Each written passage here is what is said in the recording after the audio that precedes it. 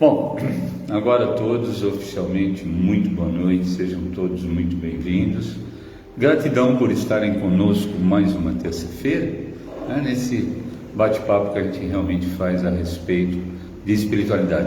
Não tratamos da doutrina espiritual especificamente, mas assim termos correlatos à espiritualidade no dia a dia. Hoje nós escolhemos um tema que está bastante em moda, infelizmente, que seria a depressão e a espiritualidade.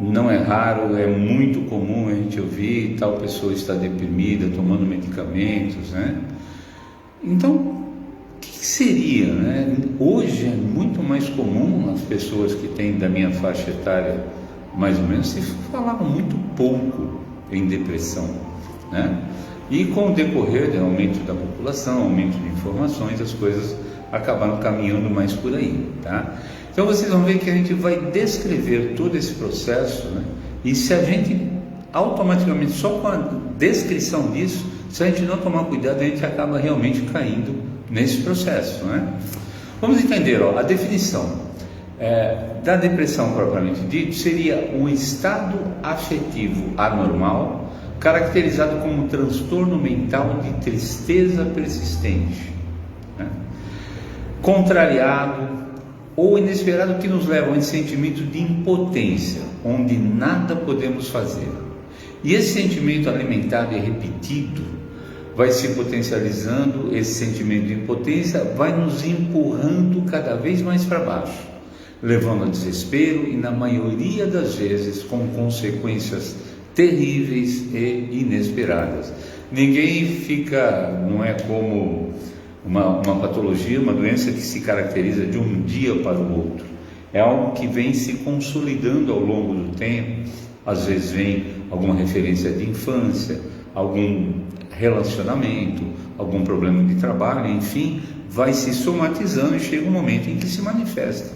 E, infelizmente, a nossa sociedade atual caminha e induz a muita competitividade, muita. Em qualquer segmento que nós vamos atuar, quer seja profissional, social, qualquer contexto, a competitividade ela está sempre muito estimulada. Ao invés de, ao nosso ver, trabalharmos para compartilharmos e crescermos juntos. Desde pequeno, os pais acabam induzindo e cobrando, direcionando para esse ponto. Exigimos sempre as melhores notas, Nossos filhos têm que ter as melhores notas, porque só faz isso, só se entrega a estudar. Não, tem que ter, tem que ser o melhor. Quer dizer, exigimos.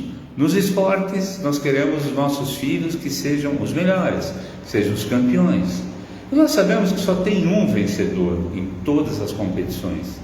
Fatalmente, aquele que não atingiu dando tudo que tem, acaba criando um processo de frustração e, dependendo como a coisa é conduzida, pode realmente entrar num processo depressivo. E muitas vezes nós também levamos os nossos filhos a profissões que nós julgávamos promissoras e vencedoras. E na verdade, às vezes, não tem nada a ver com a realidade deles, com aquilo que eles têm em mente, que eles sentem. Frustração, fatalmente daí, pode levar a uma depressão. E ainda uma coisa que a gente consegue visualizar muito nos dias de hoje, é muito grande o afastamento da juventude da espiritualidade. Eu posso eventualmente assim ver nas igrejas evangélicas, os jovens acompanham com muita assiduidade a família na igreja. Mas na igreja católica, que existe uma grande parcela da população, ou casas de espiritualidade, poucas vezes eu particularmente vejo jovens atuando nessa faixa, E o pior, aqueles que às vezes frequentam, não entendem realmente os princípios. Isso faz com que, estou aqui fazendo o quê? Usa-se às vezes uma linguagem que o jovem não entende. Então, uma vez que ele não entende, para ele se afastar, a facilidade é bastante grande.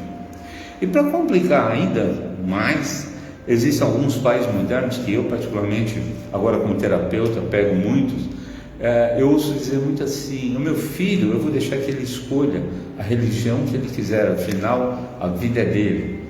E a gente fala, né, como é que ele vai escolher uma religião se não tiver um parâmetro de saber, eu tenho essa, aquela é melhor ou pior do que a que eu tenho? Eu não posso simplesmente deixar a solta. Fatalmente perde-se a referência de Deus, a referência da espiritualidade. No meu ponto de vista, eu sempre acompanhei, meus filhos me acompanharam no processo. Olha, esse é o caminho da espiritualidade que eu sigo. Agora, se a partir daí vocês conhecem esse, se vocês quiserem outro, vocês têm referência comparativa, mas tem esses pais modernos que realmente não colocam dessa forma. E parece uma das principais patologias desse século. Digo a vocês, a falta de Deus. Realmente isso é uma coisa bem complicada. Posso dizer atualmente que eu trabalho com muito jovem, mas também se aplica aos adultos. Isso acaba levando o quê? Tristeza profunda, como nós relatamos. Então não é incomum a gente pegar um jovem insatisfeito de qualquer lado. Tudo que você der, nada satisfaz. Perde o interesse de tudo. Então às vezes se vê trancado nos quartos simplesmente ou no celular ou em jogos eletrônicos e perde a noção de tudo. Então ou é aquilo, aquele momento intenso, ou não tem interesse em mais nada. Perde interesse por estudo, relacionamento, família, sociedade, alterações no apetite, fatalmente dali comem de uma forma errada, comem coisas erradas, problemas com sono, trocam o dia pela noite, às vezes jogando, às vezes conversando pela internet. Isso vai tudo descompensando, que nós não fomos criados com esse princípio. Fatalmente uma perda de energia, uma fadiga, e acaba comprometendo todo o contexto. Aí cabe a pergunta: que futuro terá uma família que tem jovens com esse perfil? O que pode vir daí para frente? E mais, o que pode esperar uma nação de uma juventude que não tem Deus no coração? Tem muita baixa autoestima, tem dificuldades de concentração, leva tudo isso a pensamentos muito ruins. Vamos tentar entender um pouquinho do que acontece em nossa mente. Por fim, espiritualidade, todo o contexto, tudo está sempre ligado à nossa mente. Então, existem pessoas que vêm trazendo esse sentimento há muito tempo, há vários anos, não entendem o que acontece, mas aquelas pessoas se fazem de forte ou até são fortes, mas tem um limite e vai levando. Às vezes tenta o recurso caseiro, conversar com uma pessoa de uma experiência maior, tentando localizar quem já passou por uma situação similar, e para uma tristeza que a pessoa começa a sentir que não se explica. Aí vai, até que na atualidade é muito comum chegar ao médico e chegar a medicamentos. Fatalmente, chegou ao medicamento, se apegam ao medicamento como uma muleta. Pode faltar tudo menos o medicamento. Então, faltou o medicamento, eu já cansei de ouvir pacientes dizer: não sou nada sem os meus remédios. Olha só o comparativo: eu não sou nada sem os meus remédios. Olha como a coisa vai longe, E tudo, como eu disse, se cria dentro de nossa mente. E a depressão também, ela tem início em nossa mente. Ela é criada por algum motivo, uma frustração, aquela mãe que queria que a filha fosse assim, que o filho fosse assim, não seguiu o caminho que ela queria, ela se frustra, começa a cobrança, começa aquela divisão. Ou também ao contrário, nós temos muitos jovens hoje que têm tudo, não sabe o valor da conquista, não sabe separar as coisas, então para eles tanto dá quanto deu, Então foi criado por algum motivo que em princípio pode parecer pequeno, Realmente o jovem, isso é coisa da idade, é característico. Eu vejo muita gente falar: isso é coisa da idade, isso passa com o tempo, Parece pequeno, mas vai aumentando e fortalecendo-se a cada dia. E eu costumo brincar com os pacientes, eu digo assim: é uma dor que dói sem doer. Como assim? Se você leva uma pancada, se você tem alguma lesão, você situa a dor. A dor da tristeza é uma dor que dói por inteiro e você não localiza nenhum órgão que faça isso, Então a tristeza, ela é registrada em nossa mente como: estou triste porque falta alguma coisa, existe a escassez, a perda de algo importante e o que é pior, na maioria das vezes, nem sabemos o que tínhamos nem como começou. E sempre que tomamos consciência disso, olha, eu preciso dar um jeito nisso, principalmente quando estou um pouco mais adulto, com alguma responsabilidade, eu não posso cair nessa. Então tentamos dar essa ordem para a nossa mente para reverter. Só que na maioria das vezes, né, por uma pressão interior, a coisa está tão sufocante que acabamos registrando na nossa mente: isso não tem solução, eu não consigo, eu desisto, eu sou fraco, não tem mais jeito. E fatalmente vai nos levando a um buraco cada vez maior, né? E quando menos se percebe, tudo isso que se pensou manifesta em mais tristeza. E chegamos à conclusão, mais uma vez, falta algo. Eu sou triste porque falta algo, falta um propósito, né? E nós colocamos, falta esse Deus dentro dele. Falta algo e continuamos, aqueles que não se acham, sem saber o que falta. E quanto mais você tem a consciência de que falta algo, isso vai complicando cada vez mais. E o que ocorre? Como nós estamos nessa condição, não conseguimos ver as infinitas possibilidades que a vida nos oferece. O que ocorre quando não vemos essas possibilidades, piorou. Aí você fala, pronto, agora minha vida acabou, trava. A nossa rede neuronal, que é a responsável por todo esse contexto, fica repetindo aquilo. Não tem jeito, é falta, não tem jeito, o que nos leva ao desespero e à dor. E quando instaura-se essa energia negativa densa, né, em nossa mente, o que ocorre? Ela vai se espalhando pelo nosso corpo. Começam a se desenvolver outras patologias, outras doenças. E essa vibração, essa tristeza, ela é uma vibração tão pesada que a hora que a gente for ver, ela contaminou tudo. Você não tem mais vontade de sair da cama, você não tem mais vontade de tomar banho. É muito fácil as pessoas relatarem, pessoas deprimidas, não querem tomar banho, não querem comer, não querem fazer nada. Porque ela tem a tristeza, ela não sabe definir, e a coisa vai complicando, coloca-se uma densidade, uma vibração muito baixa, seres não de luz se aproximam e pronto, aí a coisa acabou complicando cada vez mais. Quando não compreendemos as possibilidades da vida, temos a sensação de imobilidade. Estou preso, não consigo sair daqui. A pessoa fica estagnada, não consegue se mexer, tomar uma atitude, porque quando se está numa situação, o primeiro passo já é um caminho para mudar alguma coisa. Ela não consegue se mexer, ela não consegue pensar de forma coerente, ela não consegue sonhar. Aí a coisa complica mais ainda. E, em princípio, isso tem duas origens que são as básicas, né? Que seria a frustração, como nós citamos. Algo aconteceu que eu não queria que acontecesse, não gostei, né? Não fui programado para isso, não fui programado para ouvir um não. Quantas pessoas você vê nos dias de hoje que se ouve um não, é assim, é um jovem, ele entra na internet e ele entra até na Casa Branca, ele passa todos os bloqueios, mas quando a namorada fala para ele, eu não quero mais, pronto, eu vou me suicidar, a vida não vale nada, porque ele nunca ouviu um não. Ele nunca teve um parâmetro, olha, para você ter isso, você tem que conseguir, você tem que conquistar. Aí ele vai quebrar a cara e falar, não é possível, eu tenho que melhorar para conseguir aquilo. E é muito comum isso, a frustração. Aí, como uma criança mimada, vai fazendo o que eu não consegui, então vai revivendo esse momento, e mais uma vez isso vai afundando, né? E a segunda que se tem, ou esse que o nunca teve um não, ou a segunda é aquela história também, olha, já aconteceu, não era como eu queria, mas não posso fazer mais nada. Infelizmente, esse é o destino, isso foi o que Deus fez para mim, né? Não tem jeito. Então, aí a sua mente fala, ok, porque para nossa mente não existe certo ou errado, existe aquilo que você pensa e aquilo que você determina. Então, se você já determinou, não tem mais jeito, seu cérebro para, não vai trabalhar, não vai fazer mais nada para que você saia, porque ele cumpre a sua ordem, né? E isso, se não tomarmos cuidado maior ainda, contamina a todos em nossa volta.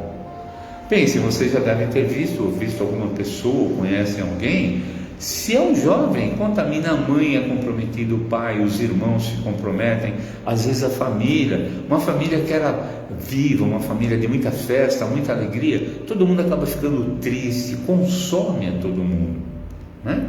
Aí chega o momento, cair, todos caem, não tenha dúvida, todos que estamos aqui nesse planeta podemos cair. Agora, a opção de levantar é de cada um. Eu caí, tomei consciência, eu quero me levantar. Para levantar requer o quê? Força, vontade. Só que se eu nunca lutei para ter nada na vida, como é que eu vou ter força? Que vontade eu vou ter para poder reverter algo que eu não sei, né? E interessante que a falta de Deus, olha que interessante, sempre que nós falamos em estudos, eu particularmente, né, trabalho na área médica há muitos anos, nós citamos referências internacionais, raramente se cita trabalhos nacionais, mas aqui eu vou citar para vocês um estudo que foi na Universidade de Juiz de Fora, com mais de 100 mil pessoas, e os médicos detectaram o quê? Que as pessoas religiosas, sempre com um pensamento positivo, têm mais chance de se curar, têm mais chance de se levar à força, de aumentar essa força, de querer reverter isso, né? O poder da fé mostrou-se extremamente eficiente. E atualmente, graças a Deus, nós temos médicos que criaram essa consciência. Então, não é incomum numa pré-cirurgia ou numa situação um pouco mais delicada, um médico chegar e perguntar: qual a sua religião? Eu sou espírita. Então, traz o seu pai de santo aqui para te acompanhar. Eu sou evangélico, trago o seu pastor, eu trago o seu padre, enfim, associar a parte da medicina propriamente dita com a espiritualidade e a fé. O espírito positivo, a força da mente positiva ajuda a reverter isso de algum caminho. Porque a medicina tradicional, ela caracteriza esse processo da depressão como uma disfunção química do cérebro. Ou seja, estava tudo bem, por algum motivo externo ou interno, a química do cérebro acabou se perdendo no equilíbrio, tá? Já na espiritualidade, na apometria, eu posso dizer para vocês, mais especificamente quem trabalha bem isso, ou na própria espiritualidade que se aplica, mas às vezes não se explica, né, da forma clara, sem ser o processo escrito, né? A ciência ajuda a explicar isso. Nós temos um contexto energético e se entende que se isso ocorreu é porque não estávamos vivendo o nosso real propósito de vida. Ou seja, viemos aqui para conquistar a luz, para conquistar consciência. Se nós não estamos nesse caminho, fatalmente teremos consequências disso. Então, emoções, pensamentos e sentimentos, se eles estão desorganizados, veja, a medicina caracteriza uma disfunção química do cérebro. Se eles estão desorganizados, o que eles fazem? Afetam o nosso campo energético. Afetando o nosso campo energético, afetam os nossos chakras, que são os nossos centros de energia que nos mantém equilibrados. Fatalmente, isso acaba levando as nossas glândulas, alterando a produção de hormônio e levando a nossa glândula pineal, que é uma glândula responsável por uma grande parte desse controle do organismo, também conhecida e estudada como a glândula da espiritualidade. Então, quando se descompensa, ajuda a alterar todo o metabolismo e a química do cérebro. Então, o que já estava ruim, se não houver um apoio da espiritualidade e uma consciência, fatalmente fica muito pior. Aí o que ocorre? O equilíbrio da química por medicamentos, né? Então, muitas pessoas nos dão, no primeiro momento, uma sensação de alívio. Então, você sai daquele buraco, quando você consegue respirar, falando: nossa Senhora, graças a Deus. Mas, o que ocorre? A cura inicial, além de muitas contraindicações, que a gente sabe que medicamento chama-se droga, e toda droga tem uma contraindicação. A qualquer momento que você parar a medicação, se não houver um equilíbrio emocional, aquilo pode voltar e às vezes afundar um pouquinho mais. Na espiritualidade, como eu digo, né, saindo da doutrina propriamente dita, explicando um pouquinho como a doutrina se processa, Buda, né, Siddhartha Gautama, Já dizia uma coisa importante: a mente cria, o sentimento atrai e a fé realiza. Então é importante, quando nós estamos ligados à espiritualidade, a imagem criada, a imagem de Maria, por exemplo, da casa de Maria, Maria de Nazaré, é uma imagem que para mim inspira, essa imagem que nós temos aqui, ela me inspira muito. Então essa imagem, a mente criou essa imagem. Fatalmente, o processo hormonal que ocorre em nosso corpo gera um sentimento. Os sentimentos, os hormônios começam. E a partir daí, a fé realiza. Então, tudo tem origem, como eu disse, em nossa mente. Se eu pensar positivo, criar imagem positiva, criar amor, criar fé, criar o foco em Jesus, criar o foco em Deus, direcionar esse caminho da luz e da consciência, fatalmente eu vou ter essa vibração alta. Se for ao contrário, a resposta também será a mesma. Então, tudo se cria em nossa mente. Então, nós que somos cristãos, que cremos em Jesus, que temos a nossa fé, devemos sempre ter o compromisso e a força interior em direcionar os nossos pensamentos para o lado positivo. Alguns de vocês me conhecem e às vezes como é que você está, Rubens? Eu estou sempre bem. É claro, sou como qualquer um, tenho problemas, mas se eu for ficar citando os meus problemas, eles não vão se resolver. Então eu foco no lado bom da coisa, no mínimo eu estarei melhor para resolver, seja qual for o problema que apareça. Então tem que ter um compromisso, a força interior em direcionar o nosso pensamento para o lado positivo. Fatalmente, a mente criou, o sentimento vai gerar um processo positivo, gerando vibrações de amor, de caridade, de bondade. Essas imagens de amor, caridade e bondade atuam fortalecendo, contaminando o nosso corpo por inteiro com vibrações e energias positivas. Fatalmente, a possibilidade de entrarmos num processo depressivo é bem pequena, E esses sentimentos aumentam, aí a ciência explicando, estímulo dessas glândulas que liberam os chamados hormônios da felicidade. Seriam a endorfina, a oxitocina, dopamina e serotonina, que por consequência ativa as redes neuronais do cérebro, Então são os hormônios da felicidade. Nós criamos uma imagem, esses hormônios foram estimulados, eles estão trabalhando, ativa a rede neuronal, atinge as glândulas superiores, ajuda a equilibrar aqueles distúrbios da função química e por muitas vezes até a corrigir, Com a glândula pineal equilibrada, temos equilíbrio dos campos energéticos e magnéticos, orientados pela espiritualidade, sendo assim um ciclo estimulado fortemente. Pensamento positivo, amor, bondade, caridade, oração e gratidão.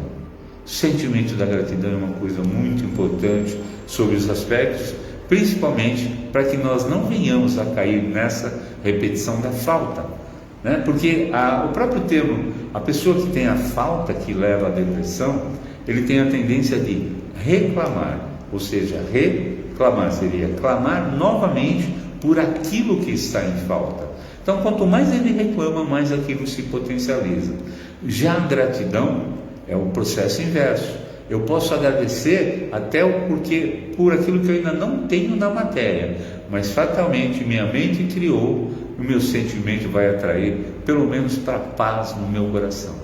Isso acaba contribuindo para mudar o panorama de qualquer patologia, não necessariamente a depressão, Então, quando nós vivemos aquilo que nós viemos para viver, num planejamento de reencarnação, viver pelo amor, pela caridade, óbvio, não vamos acertar sempre, claro que não. Estamos aqui para acertar, errar e aprender com os erros, Mas quando nós tentamos, viver aquilo que viemos para viver, segundo o nosso propósito de vida, não existe desvio para a depressão. Nesse processo, quando você caminha na luz, a prosperidade, nem sempre a prosperidade é só dinheiro. Eu particularmente costumo dizer que rico não é quem tem mais, é quem precisa menos, na minha concepção. Prosperidade é o contexto, é felicidade, é família, é realização profissional. Então a prosperidade, a saúde física, mental, emocional e espiritual, a alegria, o equilíbrio nos encontra. Quando estamos no nosso caminho, tudo isso nos encontra, nós vamos ao encontro e criamos isso. A química do cérebro se regula, não precisamos tomar remédios antidepressivos, né? É claro, não vamos negar, existem aqueles tratamentos que são imprescindíveis, aquelas pessoas que realmente, notoriamente, existe uma patologia que tem que ser tratada e acompanhada. Mas nos dias de hoje, ao menor sinal de contradição e tristeza, se vai ao médico, toma um antidepressivo para equilibrar, para que você se sinta na situação e tente se equilibrar e voltar. Então, ficamos entorpecidos, às vezes até como que alcoolizados, né? Sempre fugindo, enquanto na medicação, do nosso verdadeiro propósito da vida, que é nós termos o controle sobre nós, né? Então, fica aqui a pergunta, e mais uma vez a gente sempre termina num processo reflexivo. Será que estamos vivendo o verdadeiro propósito de nossas vidas? Cabe sempre a gente, nós nos perguntarmos. E nunca é tarde para redirecionar, para saber realmente para onde vai e por que eu estou indo e qual é o meu propósito. Fatalmente, quando seguimos o propósito da paz, do amor, da caridade, da espiritualidade, da luz, e caracterizamos com a consciência maior, sempre estaremos vivendo o nosso verdadeiro propósito das vidas. Fica aí a reflexão, tá?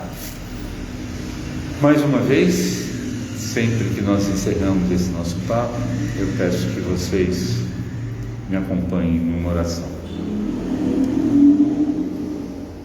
Então, nesse momento, agradecemos a Deus, nosso Pai Todo-Poderoso, nosso Mestre Jesus, nossa Mãe Maria e os Espíritos de luz que nos acompanham e nos guiam. Por mais essa oportunidade de estarmos juntos, pensarmos, termos um momento de reflexão sobre a nossa vida atual, a ligação com a espiritualidade e a oportunidade de podermos falar um pouco a respeito. Encerramos a nossa conversa com a oração que o Pai nos ensinou. Pai nosso que estais nos céus, santificado seja o vosso nome. Venha a nós o vosso reino, seja feita a vossa vontade, assim na terra como nos céus. O pão nosso de cada dia nos dai hoje. Perdoai as nossas ofensas, assim como nós perdoamos a quem nos tem ofendido. Não nos deixeis cair em tentação, mas livrai-nos, Senhor, de todo mal, que assim seja, assim é, e assim para todo sempre será. Ave Maria, cheia de graças, Senhor é convosco. Bendita sois vós entre as mulheres, bendito é o fruto do vosso ventre, Jesus. Santa Maria, ó Mãe de Jesus, rogai por nós, pecadores, agora e na hora de nossa passagem, que assim seja. Senhor, pedimos sempre, guiai nossos pensamentos, nossas palavras e nossas atitudes, para que sempre sejamos dignos de ser o vosso Filho. Gratidão, gratidão, gratidão.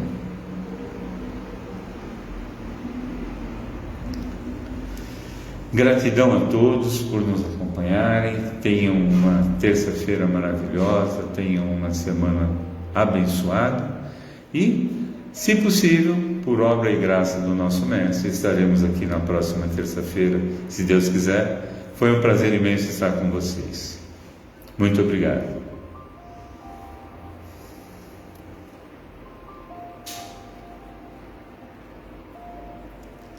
Assim será, com certeza.